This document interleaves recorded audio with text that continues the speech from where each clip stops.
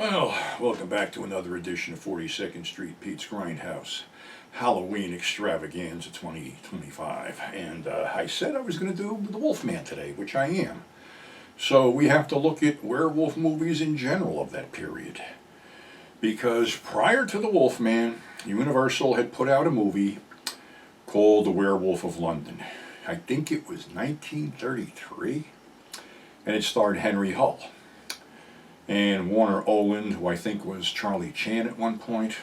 But anyway, I had to go rewatch this thing, and it didn't really impress me that much as a kid, and as an adult, impressed me even less, because they go on an exhibition to Tibet, the deepest, darkest Tibet, where werewolves roam or whatever the fuck, I don't know. But anyway, they're looking for this flower that only blooms by moonlight and can cure lycanthropy. So while searching for this flower, of course, he's attacked by a werewolf, and you just get a little glimpse of the werewolf creeping over a rock before the attack. So now we're back in London with the moonflowers, and this other professor, this Japanese professor, Miyagi, I think his name is, I'm not fucking sure, played by Warner Oland, is curious about these flowers because he too has been affected by lycanthropy, and he tells the good doctor that the thing you will seek out to destroy is the thing you love the most. So, of course, there's a transformation. And I guess this is where, I don't guess, I know this is where Warren Zevon got his Werewolves of London song from. Because this werewolf is dressed impeccably. I mean, actually gets dressed with a hat and coat and other things like that. And eventually he gets into a fight with the Warner Owen character and kills him. And then goes to kill the love of his life, which turns around and ends the whole thing. Boring? Yeah. A timepiece? Perhaps. But anyway, that was the first one they had done. There are other ones had been done. There was, and people wonder why I don't cover the Republic horror films of that period. Well, it's simple. Because they're boring. There was Cry of the Werewolf with Nina Fonch, where you didn't see the werewolf until the very last few minutes of the film when its little face creeped over a cliff and then fell to its death or whatever the fuck happened. So yeah, boring. As was The Catman of Paris. And these were all wound up on that Channel 5 detective mystery I told you about. The Catman of Paris. Another one with little cat fucking things and whiskers and shit and wasn't scary as anything.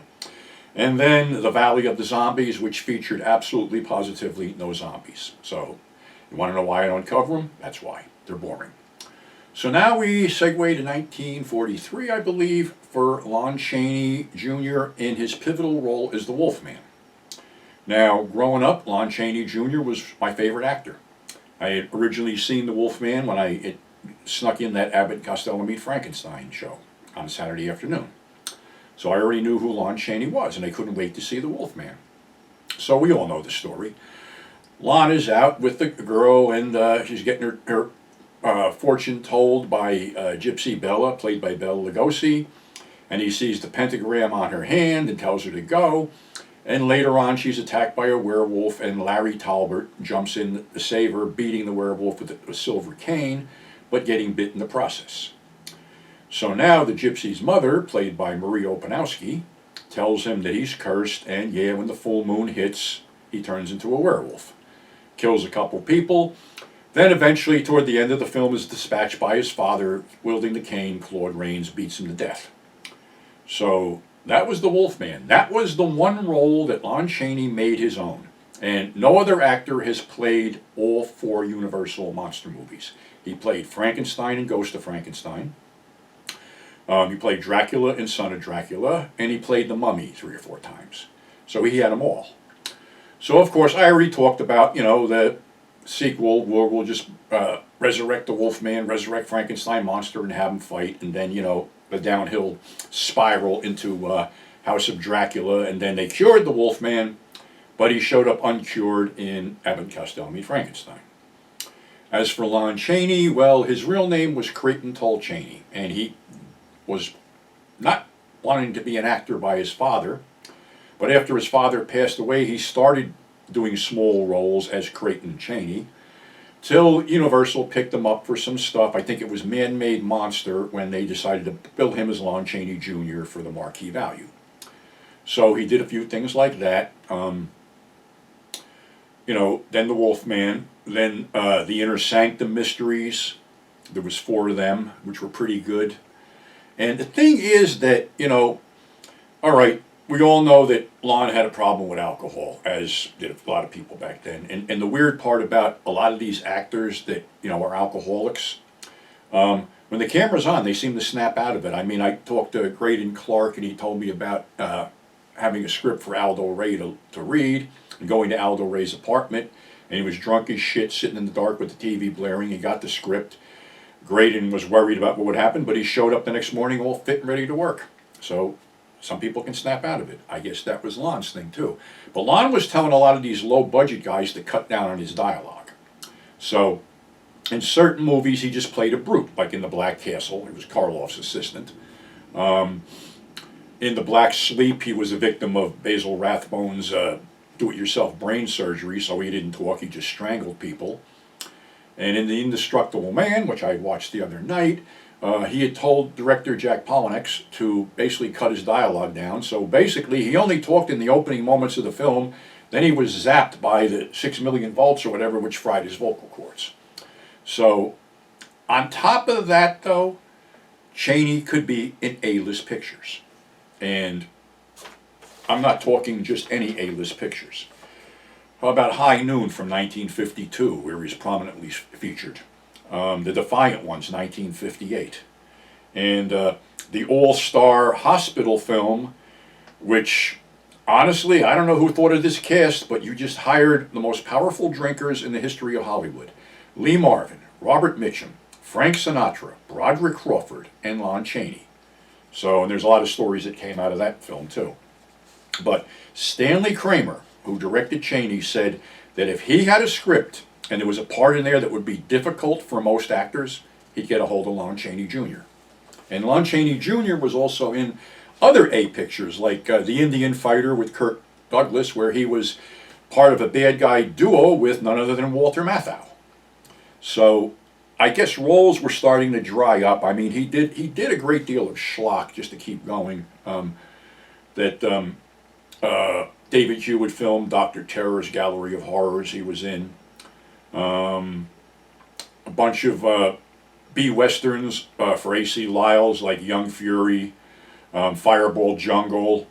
And unfortunately, his last roles were, regulated to 2 Al Adamson pictures, The Female Bunch and Frankenstein versus Dracula. And the thing is, with The Female Bunch, he could still talk. His voice was raspy. He looked fucking horrible. It was sad to see, my idol look like this. But that was his last speaking role. By the time they got to Dracula versus Frankenstein, he was definitely on his last legs, and so was J. Carrol Naish. But there was one instance in there was a fight's going to call for a fight scene between him and Anthony Isley. Now, the director didn't want to do it because of his age, but Cheney was really petitioning to do the fight scene because he liked to do fights. So Anthony Isley, the other actor, said, look, the man's dying. It's sort of his last request. Let's just do this so we can cut it so it will look halfway decent. So they did it. It worked out well. Cheney thanked both of them and walked off camera and vomited. He passed away before either of those 2 films were released at age, I think it was 67. I remember seeing his obituary in the New York Star Ledger that said, Film Ogre Dies.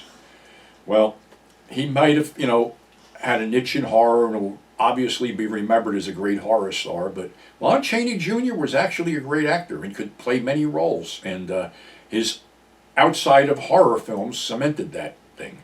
So, actually, I got to speak on something else. There was a remake of The Wolfman that starred Benicio del Toro. Now, Benny was a huge fan of the Universal monsters growing up in Puerto Rico, and I didn't like the film for a couple reasons, but I will give Benny his due. He channeled Lon Chaney Jr.'s facial expressions to a certain point. What killed the film for me was the fucking shock treatment scene and the fact that there was 2 fucking werewolves at the end, which was ridiculous. It could have been a good remake, it could have been a good story, but Anthony Hopkins was hot as a horror star around that time with the Hannibal Lecter shit. So yeah, they threw him in and we had Battling Werewolves, which sucked. And they left it open for a sequel, which thankfully never happened. So all I can say is I will be a Lon Chaney Jr. fan until the day I die. I appreciate everything he did. I'm sorry his career ended up the way it did with his addictions and things like that, but some things can't be helped. So that's our show for today. Thanks for subscribing. Thanks for tuning in. Above all, stay safe, and we'll catch you on the flip side.